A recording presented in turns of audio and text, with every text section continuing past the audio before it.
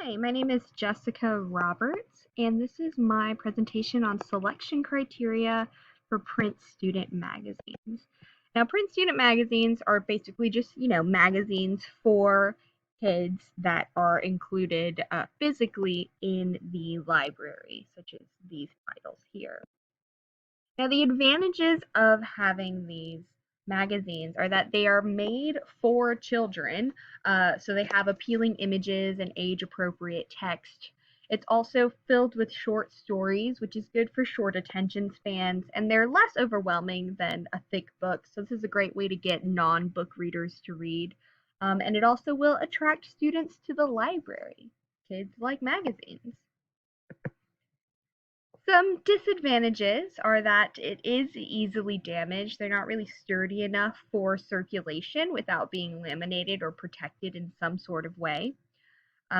Also, activities like quizzes and puzzles and games inside of the magazines, which are a big point of um, why kids read them, they are only for one use. So there needs to be some sort of prepping to make sure that students can't write on it and ruin it.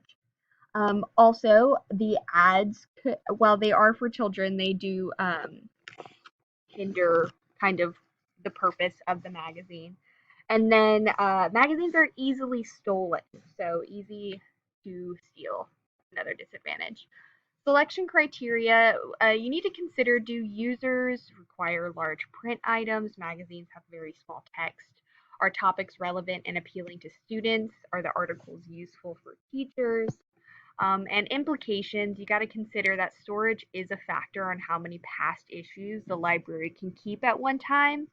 And also consider keeping the newest editions in the library and allowing the older issues to be checked out by students. These are the references that I used, and thank you very much.